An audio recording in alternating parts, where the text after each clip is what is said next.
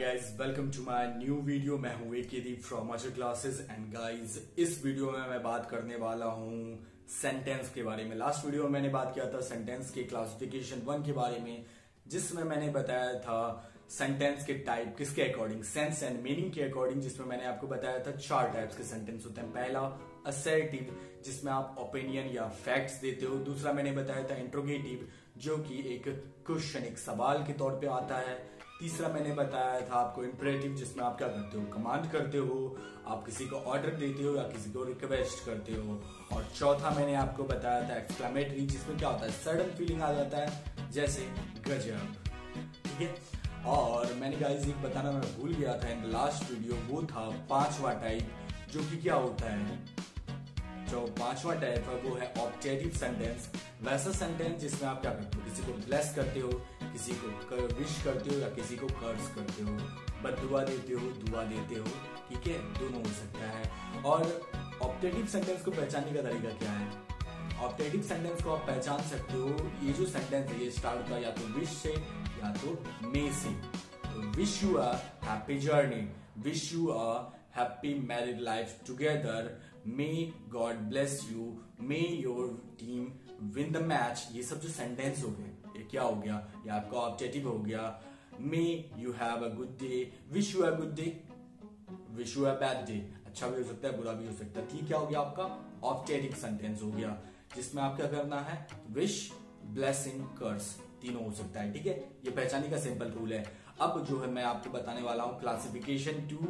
ये जो है हम लोग टेंस में भी यूज करते हैं, काल में भी यूज कर सकते हैं, हमेशा यूज कर सकते हैं। ठीक है, तो ये प्रेजेंट, पास्ट, टेंस सब में यूज कर सकते हैं। क्या है क्लासिफिकेशन 2 के जो टाइप्स हैं, सेंटेंस के जो टाइप होते हैं वो होते हैं 4 टाइप्स के। ठीक है, पहला क्या होता है, अफर्मेटिव, दूसरा होता है निगेटिव, तीसरा क्या होता है, इंट्रोगेटिव, चौथा क्या होता है, इंट्रोगेटिव निगेटिव। अफर्मेटिव क्या है, जिसमें आप नॉट का यूज नहीं करते हो, जैसे हो I am a person, I am a good person, I am a person, I am a person, I am not a person, am I a person, am I not a person. ये मैंने आपको 4 types बताए। Affirmative क्या होता है, अब देखिए affirmative आपको कैसे पहचानना होगा। सिंपल सेंटेंस में आपको बता रहा हूं, आई एम ईटिंग, क्या हो गया, मैं खा रहा हूं, आई एम ईटिंग, ये आपका अफर्मेटिव हो गया। इसको निगेटिव कैसे बनेगा, आई एम नॉट ईटिंग, मैं नहीं खा रहा हूं, ये आपका निगेटिव बन गया। अब इसको इंट्रोगेटिव कैसे बनेगा, एम आई ईटिंग, या मैं खा रहा हूं, तो ये आपका इंट्रोगेटिव हो गया। और इंट्रोगेटिव निगेटिव कैसे बन गया, am I not eating, am I eating, interrogative, am I not eating, interrogative negative. ये सिंपल सा रूल है। अगर आपका कोई एक अफर्मेटिव सेंटेंस है, आप उसको सिंपली नॉट, हेल्पिंग वर्ब को फ्रंट करके, हेल्पिंग वर्ब को फ्रंट करके, सब्जेक्ट प्लस नॉट लगा के हम इन सब 4 टाइप से आप बदल सकते हो। ये बहुत इजी है।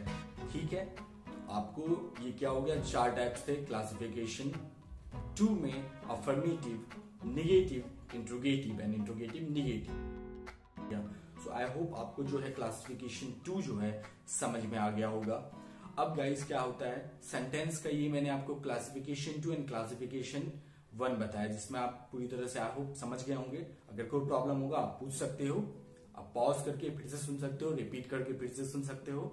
अब क्या हो जाता है, सेंटेंस जो है, अब सेंटेंस के बारे में बात करना है, सेंटेंस के पार्ट्स के बारे में बात करना है। सेंटेंस, कोई भी सेंटेंस है, ये बेसिकली 3 चीजों से मिलकर बना हुआ है। अब उन 3 चीजों के बारे में बात करना है सेंटेंस के पार्ट्स के। पहला जो होता है सब्जेक्ट, जिसके ऊपर हम लोग बात कर रहे हैं, जिसके ऊपर पूरा सेंटेंस जो है, जो उसका मेन सेंटर होता है, किसी भी सेंटेंस का जो मेन सेंटर होता है उसको आप सेंटेंस सब्जेक्ट बोलते हो। सेंटेंस में जो मेन सेंटर वो सब्जेक्ट हो गया, जिसके बारे में हम लोग बात करते हैं, सब्जेक्ट। दूसरा क्या हो गया, वर्ब हो गया, वर्ब।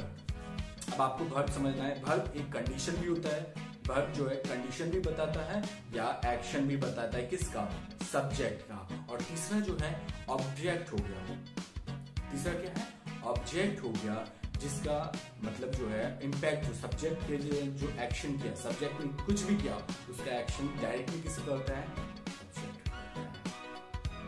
अब मैं आपको बता रहा हूँ, उससे पहले मैं बता देता हूँ, वर्ब्स के 2 टाइप होते हैं। पहला मेन वर्ब, जिसको आप सिंपली समझ सकते हो, कोई भी एक्शन, चाहे वो फिजिकल हो चाहे मेंटल हो, वो आपका मेन वर्ब हो गया।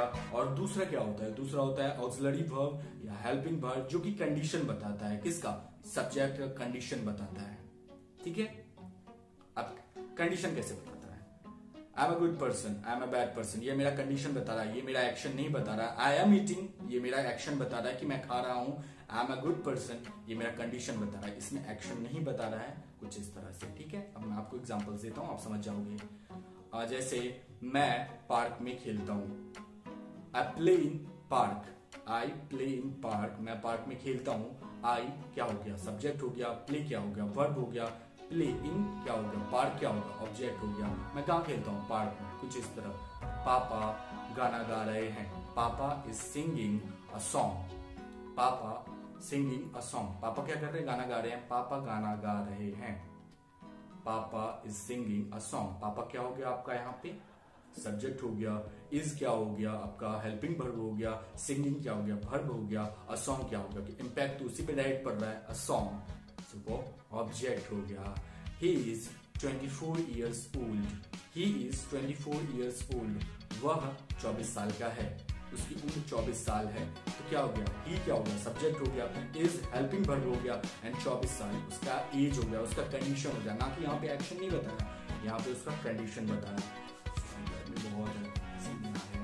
सो आई होप आपको यहाँ तक समझ में आ गया होगा कि हेल्पिंग वर्ब, सब्जेक्ट, वर्ब या वर्ब के दो टाइप, मेन वर्ब या हेल्पिंग वर्ब क्या है, ऑब्जेक्ट किस तरह काम करता है। सब फिर से मैं बता दे रहा हूँ, सब्जेक्ट जो कि मेन सेंटर होता है किसी भी सेंटेंस में, जिसके अकॉर्डिंग जो कि एक्शन बढ़ता है, जिसके अकॉर्डिंग सेंटेंस बनता है, वो हो गया सब्जेक्ट। दूसरा हो गया वर्ब, या तो वो एक्शन हो सकता है या कंडीशन हो सकता है। मेरी उम्र 24-25 जो भी है, मेरी उम्र अगर 24 है, वो मेरा कंडीशन है, वो मेरा उसमें क्या होगा? वहां पे मेन वर्ब नहीं यूज होगा, वहां पे हेल्पिंग वर्ब होगा। समझ में आ गया? आई होप यहां तक आपको क्लियर हो गया होगा। सो मिलते हैं अगले वीडियो में। अगर कुछ समझ में नहीं आया होगा तो रिपीट करके देख लो। अगर कुछ क्वेश्चंस है, क्वेरी है, so you can ask me by commenting. मिलता हूं अगले वीडियो में, तब तक के ख्याल रखें। Take care.